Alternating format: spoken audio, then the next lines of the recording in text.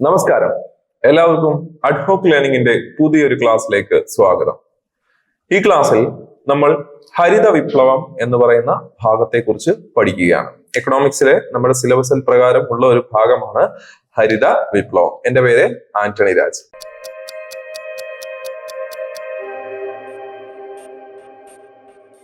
എന്തായാലും നമുക്ക് വിഷയത്തിലേക്ക് കടക്കാം. ഹരിത വിപ്ലവത്തിന് തുടക്കം കുറിച്ചത് എവിടെയാണെന്ന് ചോദിച്ചാൽ നിങ്ങൾ കേട്ടിട്ടുണ്ടായിരിക്കും, മെക്സിക്കോയിലാണ് ഹരിത വിപ്ലവത്തിന് തുടക്കം കുറിച്ചത്. ഹരിത വിപ്ലവത്തിന് തുടക്കം കുറിച്ച രാജ്യം മെക്സിക്കോയാണ്. എന്നാൽ ഹരിത വിപ്ലവത്തിന്റെ ഏഷ്യൻ ഗേഹം എന്നറിയപ്പെടുന്നത് ഫിലിപ്പീൻസ് ആണ്. ഹരിത വിപ്ലവത്തിന്റെ ഏഷ്യൻ ഗേഹം എന്നറിയപ്പെടുന്നത് ഫിലിപ്പീൻസ് ആണ്. ഹരിത വിപ്ലവത്തിന്റെ പിതാവിന്റെ പേര് നോർമൻ ബോർലോഗ് എന്നാണ്. ഹരിത വിപ്ലവത്തിന്റെ പിതാവ് എന്നറിയപ്പെടുന്നത് നോർമൻ ബോർലോഗ് ആണ്. ഇന്ത്യൻ ഹരിത വിപ്ലവത്തിന്റെ പിതാവ് MS സ്വാമിനാഥൻ. ഈ പേര് ക്വസ്റ്റ്യൻ പേപ്പറിൽ വരാനുള്ള സാധ്യത കൂടുതലാണ്. കഴിഞ്ഞ യൂണിവേഴ്സിറ്റി LGS പരീക്ഷയ്ക്ക് ചോദിച്ചത് MS സ്വാമിനാഥൻ അന്തരിച്ചത് എന്നായിരുന്നു. MS സ്വാമിനാഥൻ അന്തരിക്കുന്നത് 2023 സെപ്റ്റംബർ മാസം 28-നാണ് MS സ്വാമിനാഥൻ അന്തരിക്കുന്നത്. 2023 സെപ്റ്റംബർ 28-നാണ് MS സ്വാമിനാഥൻ അന്തരിക്കുന്നത്. പ്രീവിയസ് ആണ്. മങ്കൊമ്പ് സാംബശിവൻ സ്വാമിനാഥൻ, അങ്ങനെയാണ് മുഴുവൻ പേര്. മങ്കൊമ്പ് സാംബശിവൻ സ്വാമിനാഥൻ. രാജ്യത്തെ പരമോന്നത ബഹുമതിയായ ഭാരതരത്ന 2024 ലഭിച്ചു. ഭാരതരത്നം MS സ്വാമിനാഥന് ലഭിച്ച വർഷമാണ് 2024. രാജ്യത്തിന്റെ പരമോന്നത ബഹുമതിയായ ഭാരതരത്നയും പത്മവിഭൂഷണും പത്മഭൂഷണും പത്മശ്രീയും ഒക്കെ ലഭിച്ചിട്ടുണ്ട്. ലോക ഭക്ഷ്യ പുരസ്കാരം ലഭിച്ചിട്ടുണ്ട്. ലോക ശാസ്ത്ര പുരസ്കാരം ലഭിച്ചിട്ടുണ്ട്. മഗ്സസെ പുരസ്കാരം ലഭിച്ചിട്ടുണ്ട്. ശാന്തി സ്വരൂപ് ഭട്നാഗർ പുരസ്കാരം ലഭിച്ചിട്ടുണ്ട്. ഇതൊക്കെ വിശദമായി ഞാൻ നിങ്ങളെ പരിചയപ്പെടുത്തുന്നുണ്ട്. ഭാരതരത്ന 2024 ബന്ധപ്പെട്ട ക്ലാസ്സിൽ ഇദ്ദേഹവുമായി ബന്ധപ്പെട്ട കാര്യങ്ങൾ വിശദമായി ഞാൻ അവിടെ പരിചയപ്പെടുത്തുന്നുണ്ട്. അപ്പൊ ആ ക്ലാസ് കേൾക്കാത്തവർ അത് കേട്ടിരിക്കുക. എന്തായാലും ഞാനത് ഇവിടെ റിപ്പീറ്റ് ചെയ്യുന്നില്ല. മനസ്സിലായെന്ന് വിചാരിക്കുന്നു. അപ്പോ ഇന്ത്യൻ ഹരിത വിപ്ലവത്തിന്റെ പിതാവ് MS സ്വാമിനാഥൻ. ഹരിത വിപ്ലവം എന്ന വാക്കിന്റെ ഉപജ്ഞാതാവ് ആര്? ഹരിത വിപ്ലവം എന്ന വാക്കിന്റെ ഉപജ്ഞാതാവ് ആര്? നല്ലൊരു ചോദ്യമാണ്. പരീക്ഷയ്ക്ക് ചോദിച്ചാൽ വില്യം ഗൗഡ് എന്നാണ് അദ്ദേഹത്തിന്റെ പേര്. William Gaud. ഹരിത വിപ്ലവം എന്ന വാക്കിന്റെ ഉപജ്ഞാതാവ് വില്യം ഗൗഡ്. എന്നാൽ നിത്യഹരിത വിപ്ലവം എന്നാണ് ആ വാക്കെങ്കിൽ നിത്യഹരിത വിപ്ലവം എന്ന വാക്കിന്റെ ഉപജ്ഞാതാവ് MS സ്വാമിനാഥൻ ആണ്.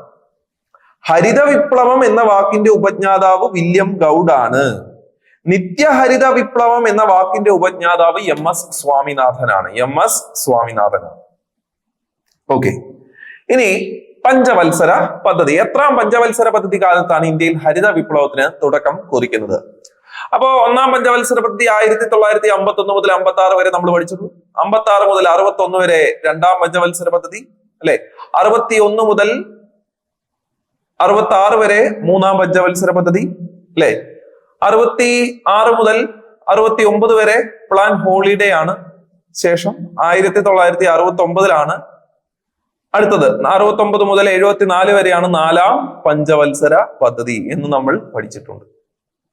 1969 മുതൽ 74 വരെ നാലാം പഞ്ചവത്സര പദ്ധതി. ഇതിവിടെ കിടക്കട്ടെ. അപ്പൊ ഈ ഒരു കാലഘട്ടത്തിൽ നാലാം പഞ്ചവത്സര പദ്ധതിയിൽ പരീക്ഷയ്ക്ക് ചോദിക്കുകയാണ്, എത്രാം പഞ്ചവത്സര പദ്ധതിയിലാണ് ഇന്ത്യയിൽ ഹരിത വിപ്ലവം ആരംഭിച്ചത് എന്ന് ചോദിച്ചാൽ നിങ്ങൾ അവിടെ എഴുതേണ്ട ഉത്തരം നാലാം പഞ്ചവത്സര പദ്ധതി എന്നാണ്. നാലാം പഞ്ചവത്സര പദ്ധതി കാലത്താണ് ഇന്ത്യയിൽ ഹരിത വിപ്ലവത്തിന് തുടക്കം കുറിക്കുന്നത് എന്ന് നിങ്ങൾ അവിടെ എഴുതണം. ശരി, അപ്പൊ നമ്മൾ ഇനി ഇതിലേക്ക് കടക്കുകയാണ്. വിശദമായുള്ള കാര്യങ്ങളിലേക്ക് നമുക്ക് നോക്കാം. എന്താണ് ഹരിത വിപ്ലവം?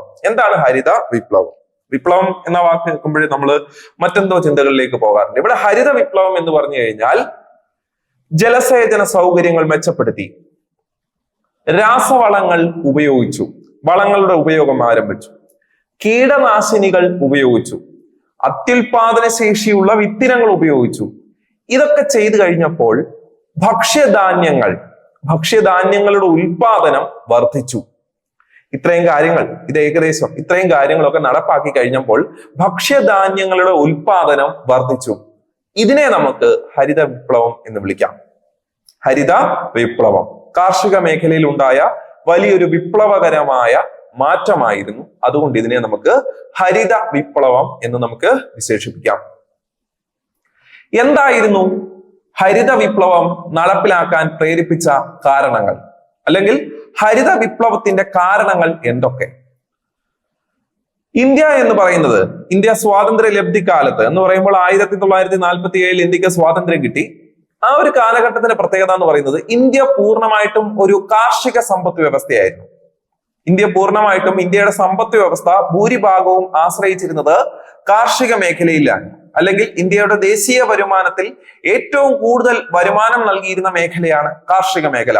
നമ്മൾ സമ്പദ് വ്യവസ്ഥയെ മൂന്നായിട്ട് തിരിക്കും. പ്രാഥമിക മേഖല എന്നും, പ്രാഥമിക മേഖല, ദ്വിതീയ മേഖല, അതുപോലെ തൃതീയ മേഖല എന്നിങ്ങനെ നമ്മൾ മൂന്നായിട്ട് തിരിക്കും. പ്രാഥമിക മേഖലയുടെ മറ്റൊരു പേരാണ് കാർഷിക മേഖല. ദ്വിതീയ മേഖലയുടെ മറ്റൊരു പേര് വ്യവസായ മേഖല. തൃതീയ മേഖലയുടെ മറ്റൊരു പേര് സേവന മേഖല.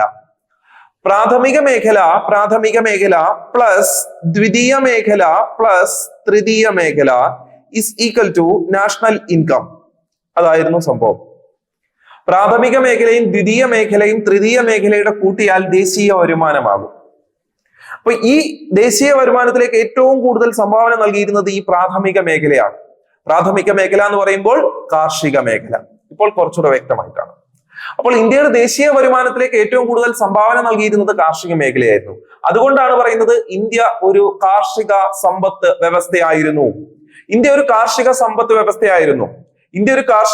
വ്യവസ്ഥയാകുമ്പോൾ ഇന്ത്യയുടെ ദേശീയ വരുമാനത്തിലേക്ക് പ്രധാനപ്പെട്ട വരുമാനം നൽകുന്ന ആളിനെ നാശത്തിലേക്ക് പറഞ്ഞു വിടാൻ ആരും സമ്മതിക്കില്ല, അല്ലെ? അത് നശിക്കാൻ ആരും സമ്മതിക്കില്ല. അതിനെന്തെങ്കിലും മാറ്റം കൊണ്ടുവരണം. അതാണ് ഇന്ത്യ ഒരു കാർഷിക സമ്പത്ത് വ്യവസ്ഥയായിരുന്നു എന്ന് പറഞ്ഞതിന്റെ ലോജിക്ക്. അത് മാത്രമല്ല, ഇന്ത്യയിലെ 75% ജനങ്ങളും ജീവിതോപാധിയായി കൃഷിയെ സ്വീകരിച്ചിരുന്നു. എന്ന് പറഞ്ഞാൽ 75% ആൾക്കാരും കർഷകരായിരുന്നു. കർഷകർ ജീവിക്കുന്നത് കൃഷിയെ ആശ്രയിച്ചാണ്. അതാണ് അവിടെ ഉദ്ദേശിക്കുന്നത്. അപ്പോൾ ആ ഒരു മേഖലയെ താങ്ങി പിടിച്ചു നിർത്തുക എന്നുള്ളത് അത്യന്താപേക്ഷിതമാണ്. അടുത്തത് ഉൽപാദനക്ഷമത കുറവ് എന്ന് പറഞ്ഞാൽ ഉൽപാദനത്തിൽ ക്ഷമത കുറഞ്ഞു വരുന്നു. ഉൽപാദനം കുറഞ്ഞു വരുന്ന ഒരു അവസ്ഥ. ഉൽപാദനം കുറഞ്ഞു കഴിഞ്ഞാൽ അത് മൊത്തത്തിൽ നമ്മുടെ രാജ്യത്തെ ബാധിക്കും. കാരണം ദേശീയ വരുമാനത്തിലേക്ക് ഏറ്റവും കൂടുതൽ സംഭാവന നൽകിയിരുന്ന കാർഷിക മേഖലയിൽ ഉൽപാദനക്ഷമത കുറവ് എന്ന് പറയുമ്പോൾ ആ രാജ്യത്തിന്റെ ദേശീയ വരുമാനം തന്നെ കുറയുന്നു എന്നാണ്. അതിനെ തടഞ്ഞേ പറ്റൂ. അടുത്ത മറ്റൊരു പ്രത്യേകത, കാലഹരണപ്പെട്ട സാങ്കേതിക വിദ്യ. പഴയ സാങ്കേതിക വിദ്യകൾ ഉപയോഗിക്കുന്നത് മൂലം കൃഷിക്ക് ആവശ്യമായിട്ടുള്ള കാര്യങ്ങൾ എത്തിക്കാൻ സാധിച്ചിരുന്നില്ല. അടുത്തത് മൺസൂൺ ആശ്രയം. മഴ പെയ്യണം കൃഷിക്ക് വേണ്ടി, അല്ലെങ്കിൽ മഴ പെയ്യാതിരിക്കണം. ഇതെല്ലാം എന്താണ്? മൺസൂൺ ആശ്രയിച്ചുള്ള കൃഷിയായിരുന്നു. മൺസൂണിനെ പൂർണ്ണമായിട്ടും ആശ്രയിക്കുക. മഴ പെയ്ത് വെള്ളം കിട്ടണമെന്നുണ്ടെങ്കിൽ മഴ പെയ്യാൻ വേണ്ടി കാത്തിരിക്കുക. അപ്പൊ അതെന്ത് ചെയ്യും? അത് ആ ഒരു സമയത്ത് മാത്രം കൃഷിയിലേക്ക് നടത്തും. വെള്ളമില്ലെങ്കിൽ കൃഷിയില്ല എന്നുള്ള അവസ്ഥ. അടുത്തത് അടിസ്ഥാന സൗകര്യങ്ങളുടെ ലഭ്യതക്കുറവ്. അടിസ്ഥാന സൗകര്യങ്ങൾ എന്ന് പറയുമ്പോൾ അടിസ്ഥാന സൗകര്യങ്ങൾ ഒന്നാണ് ഇത്, ജലസേചന സൗകര്യം അതിലൊന്ന്. അങ്ങനെ അടിസ്ഥാന സൗകര്യങ്ങളൊന്നും ഇല്ലാതിരുന്ന അവസ്ഥ. ഇതൊക്കെ എന്തിലേക്ക് നയിച്ചു എന്നാണ് നമ്മൾ പറയുന്നത്? ഹരിത വിപ്ലവത്തിലേക്ക് നയിച്ചു. അപ്പൊ ഹരിത വിപ്ലവത്തിന്റെ കാരണങ്ങളാണ് നമ്മളിപ്പോൾ ഇവിടെ ചർച്ച ചെയ്തത്. പരീക്ഷയ്ക്ക് ചോദ്യം വരുന്നത് താഴെ തന്നിരിക്കുന്നവയിൽ ഹരിത വിപ്ലവത്തിലേക്ക് നയിച്ച കാരണങ്ങളിൽ ഉൾപ്പെടുന്നതേത്, ഉൾപ്പെടാത്തതേത്? ഈ രീതിയിൽ അവിടുന്ന് സ്റ്റേറ്റ്മെന്റ് രീതിയിൽ ചോദ്യം വന്നാൽ എഴുതണം. അതുകൊണ്ട് ഇവിടെ വിശദീകരിച്ചതാണ്. SCRT-യിൽ ഇത് പറയുന്നുണ്ട്, അതുകൊണ്ടാണ് ഇത് പറയുന്നത്. ഓക്കെ, ഇനി അടുത്ത പോയിന്റിലേക്ക് നമുക്ക് വരാം. എന്തൊക്കെയായിരുന്നു ഹരിത വിപ്ലവത്തിന്റെ പ്രത്യേകതകൾ? എന്തായിരുന്നു ഹരിത വിപ്ലവത്തിന്റെ പ്രത്യേകത? അത്യുൽപാദന ശേഷിയുള്ള വിത്തിനങ്ങൾ ഉപയോഗിച്ചു.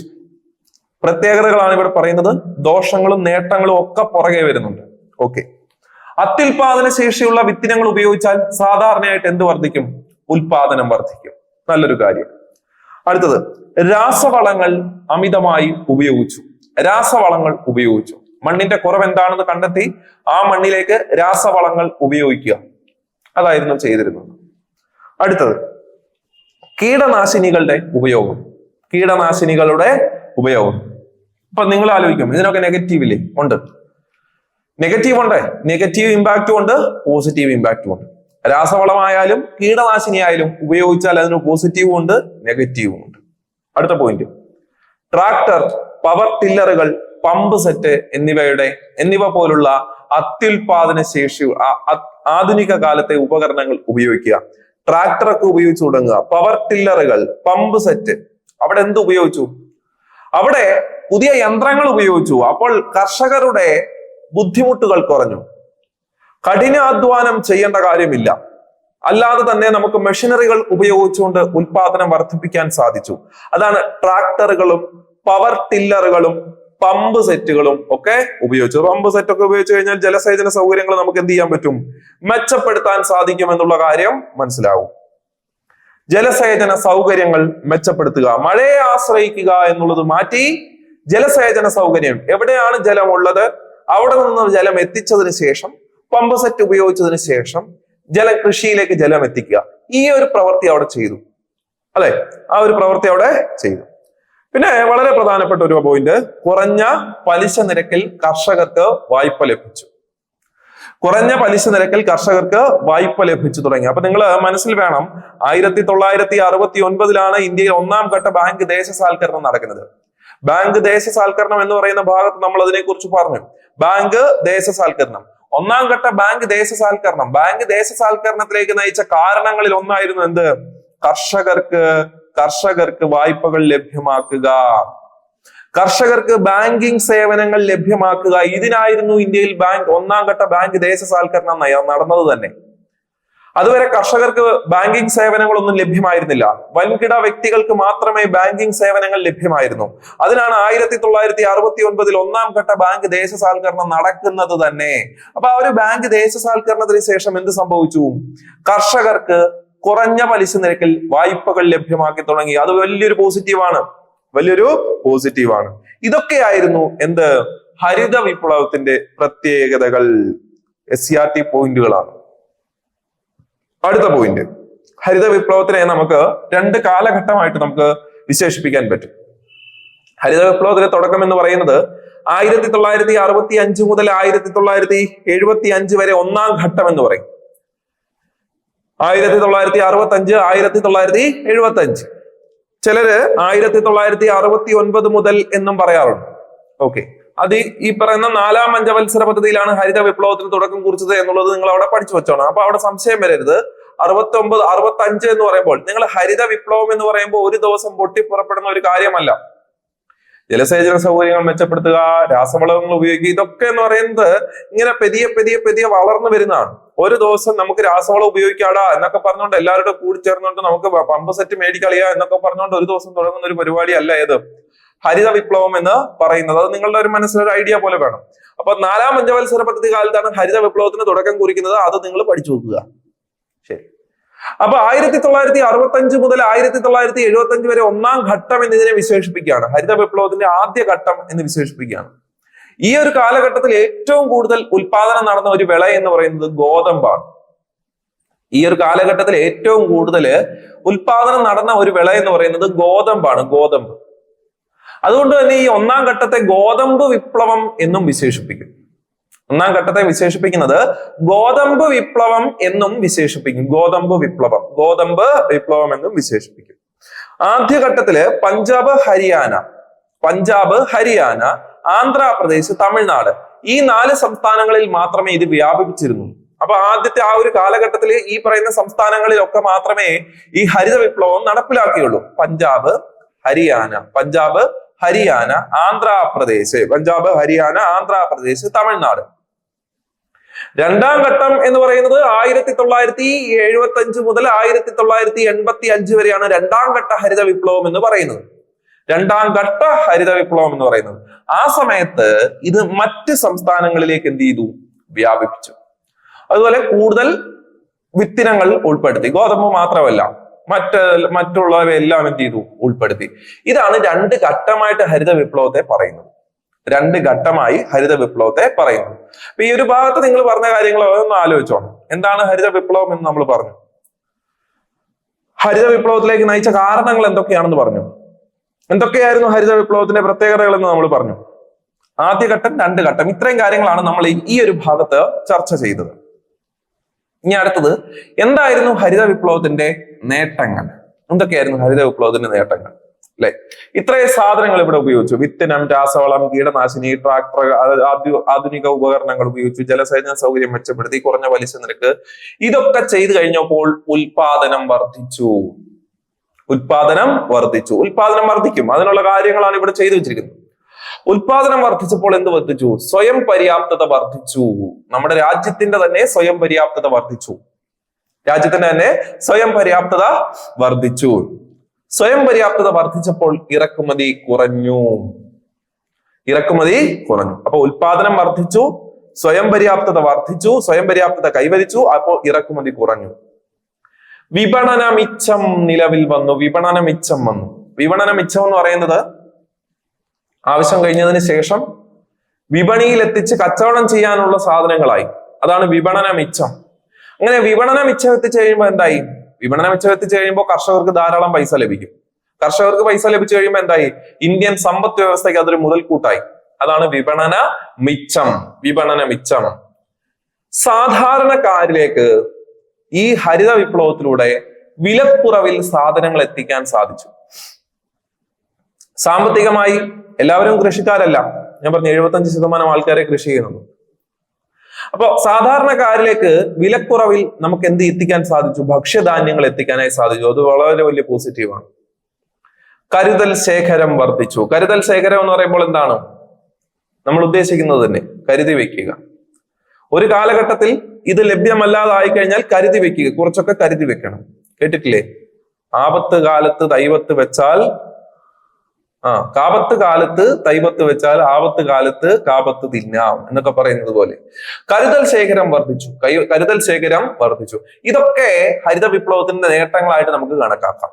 ഉൽപാദനം വർദ്ധിച്ചു, സ്വയം പര്യാപ്തത വർദ്ധിച്ചു, ഇറക്കുമതി കുറഞ്ഞു, കൊള്ളാം. അപ്പൊ വിപണന മിച്ചം വന്നു, വില കുറഞ്ഞു, സാധാരണക്കാർക്ക് ലഭ്യമായി, കരുതൽ ശേഖരം വർദ്ധിച്ചു. ഇതൊക്കെയാണ് ഹരിത വിപ്ലവത്തിന്റെ നേട്ടങ്ങൾ. എന്തൊക്കെയാണ് ഹരിത വിപ്ലവത്തിന്റെ ദോഷങ്ങൾ എന്നുള്ളതാണ് അടുത്തതായിട്ട് നോക്കുന്നത്. ഹരിത വിപ്ലവത്തിന്റെ ദോഷങ്ങൾ എന്തൊക്കെ? ചെറുകിട വൻകിട കർഷകർ എന്ന് പറയുന്ന ആ ഒരു അന്തരം വർദ്ധിച്ചു. ചെറുകിട കർഷകരും വൻകിട കർഷകരും ഈ ഒരു അന്തരം വർദ്ധിച്ചു. അതെന്താണെന്ന് ചോദിച്ചാൽ, ഹരിത വിപ്ലവം നടപ്പിലാക്കണമെന്നുണ്ടെങ്കിൽ പുത്തൻ സാമ്പത്തിക നയം, ട്രാക്ടർ വേണം, പവർ ടില്ലർ, പമ്പ് സെറ്റ്, ഇതിനൊക്കെ എന്താവശ്യമാണ്? പണം ആവശ്യമാണ്. അങ്ങനെയുള്ള പുത്തൻ സാങ്കേതിക വിദ്യ നടപ്പിലാക്കണമെന്നുണ്ടെങ്കിൽ ചെലവ് ആവശ്യമാണ്. അപ്പൊ ഈ ചെറുകിട കർഷകർക്ക് ഇതുപോലത്തെയുള്ള വലിയ ചെലവ് വഹിക്കാനുള്ള കഴിവില്ല. അപ്പൊ എന്ത് ചെയ്തു? ചെറുകിട കർഷകരും വൻകിട കർഷകരും എന്ന് പറയുന്ന രണ്ട് വിഭാഗം കർഷകർ ആ ഒരു അന്തരം വർദ്ധിച്ചു. അതൊരു ദോഷമായിട്ട് നമുക്ക് പറയാം. ഇനി അത്യുൽപാദന ശേഷിയുള്ള വിത്താണ് ഉപയോഗിക്കുന്നത്. ഇതിന്റെ വിളകൾക്ക് എന്ത് സംഭവിക്കാം? കീടാക്രമണ സാധ്യത കൂടുതലാണ്. മറ്റതിനെക്കാട്ടിലും കീടാക്രമണ സാധ്യത കൂടുതലാണ് ഇതിന്റെ വിള. അത് കർഷകർക്ക് ഒരു ബുദ്ധിമുട്ടാണ്. അടുത്തത്, നമ്മൾ എന്ത് ചെയ്തു? മറ്റേ മഴയെ ആശ്രയിച്ച്, മൺസൂണിനെ ആശ്രയിച്ചായിരുന്നു പൂർണ്ണമായിട്ടും കൃഷി. ഇത് ഭൂഗർഭജലമെല്ലാം എന്ത് ചെയ്തു? കുഴിച്ചെടുത്തു. അപ്പൊ ഭൂഗർഭജലത്തിന്റെ അളവ് എന്ത് ചെയ്തു? കുറഞ്ഞു. അത് മനുഷ്യനെ സാരമായിട്ട് ബാധിക്കുന്ന ഒരു കാര്യമാണ്. ഭൂഗർഭജലത്തിന്റെ അളവ് കുറഞ്ഞു. രാസവളം ഉപയോഗിച്ചു കഴിയുമ്പോൾ എന്ത് സംഭവിക്കും? മണ്ണിന്റെ സ്വാഭാവികമായിട്ടുള്ള ഫലഭൂയിഷ്ഠത നഷ്ടപ്പെടും. മണ്ണിനൊരു സ്വാഭാവിക ഫലഭൂയിഷ്ഠതയുണ്ട്, അത് നഷ്ടപ്പെടും. അതും ഒരു ദോഷമാണ്. ഇതൊക്കെ ഹരിത വിപ്ലവത്തിന്റെ ദോഷങ്ങളാണ്. ചെറുകിട വൻകിട കർഷകർ തമ്മിലുള്ള അന്തരം വർദ്ധിച്ചു. പുത്തൻ സാങ്കേതിക വിദ്യയുടെ ചിലവ് ചെറുകിട കർഷകർക്ക് താങ്ങാവുന്നതിലോ അപ്പുറമായിരുന്നു. വിളകൾക്ക് അത്യുൽപാദന ശേഷിയുള്ള ഉൽപ്പന്നങ്ങൾ ഉപയോഗിക്കുന്നതും മൂലം വിളകൾക്ക് കീടാക്രമണ സാധ്യത കൂടുതലായി. ഭൂഗർഭജലത്തിന്റെ അളവ് കുറഞ്ഞു വന്നു. മണ്ണിന്റെ സ്വാഭാവിക ഫലഭൂയിഷ്ഠത കുറഞ്ഞു. ഇതൊക്കെ ഹരിത വിപ്ലവവുമായി ബന്ധപ്പെട്ട കാര്യങ്ങളാണ്. അപ്പൊ ഈ ഒരു ഭാഗത്ത് പറഞ്ഞ അത്രയും കാര്യങ്ങൾ വ്യക്തമാണ് എന്ന് വിചാരിക്കുന്നു. എല്ലാവർക്കും നന്ദി.